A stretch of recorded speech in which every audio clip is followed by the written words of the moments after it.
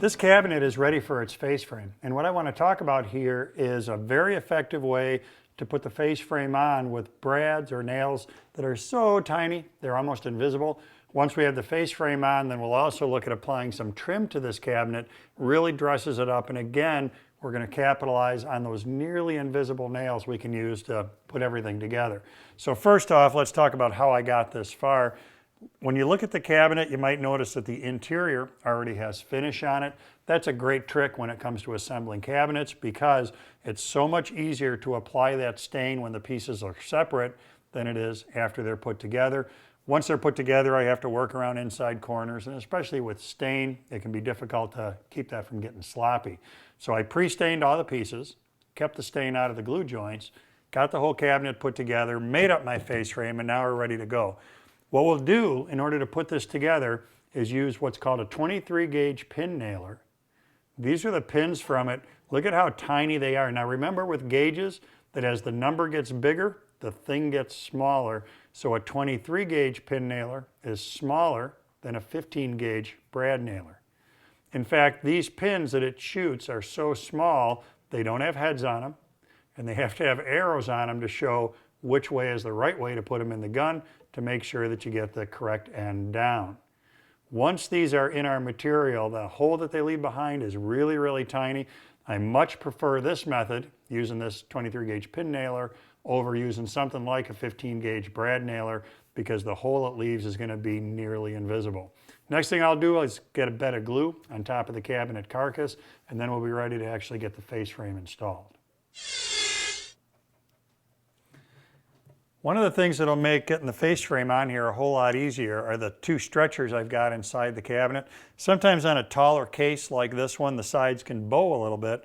So with the stretchers inside there, I'm holding this center at the same inside dimension as the bottom. When I put a face frame on, as a general rule, I start at the bottom of the cabinet. And the reason for that is, at least the way I make these things, is that usually what I want is for this to be flush with the bottom of the case. So I'm feeling that with my thumbs. I'm positioning it left and right, and then we're ready for a pin.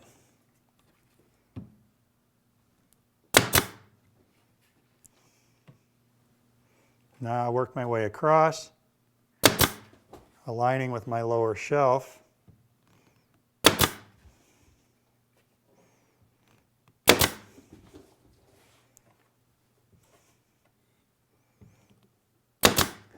Now as I work my way up the side, a couple things I want you to notice. One is how tiny these holes are.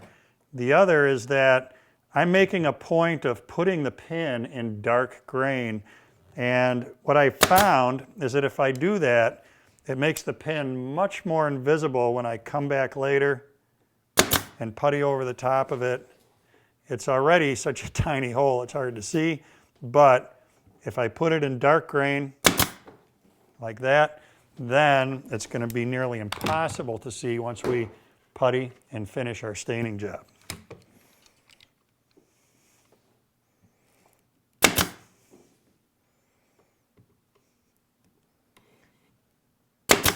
As a general rule of thumb, with fasteners, you want them to be twice as long as what you're going through. So here with my 3/4 inch face frame, I'm driving pins that are 1.5 inches long. And they're doing a great job of closing this up. I'll finish up that last side, my last style, and then we'll be able to look at using the pin nailer in order to get molding on the top to finish dressing this cabinet up. I've got the cabinet upside down on my workbench, and the solid wood top has been fastened to the case. Now what I'm doing is trimming it out so there's a nice transition between that top and the carcass itself. With my miters cut, I'm ready to get everything fastened in place, and once again the headless pins are a perfect choice for this. So one thing to remember is that we want to fasten the molding to the cabinet, not to the bottom of the top. If you use a solid wood top, that top is going to expand and contract, and we have to let it do so. So I'm only going to put brads horizontally here.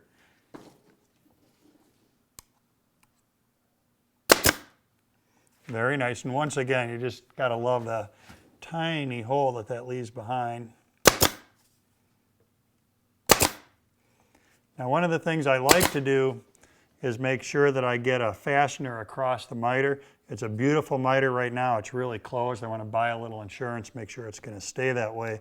So this is something I can do with a 23 gauge pinner that it's nearly impossible to do with anything bigger.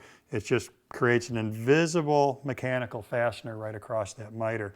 So if you haven't had a look at these 23 gauge pinners yet, they're definitely worth a look for the kind of work I'm doing here, trimming out this nice oak cabinet that's going to be a bookshelf when it grows up.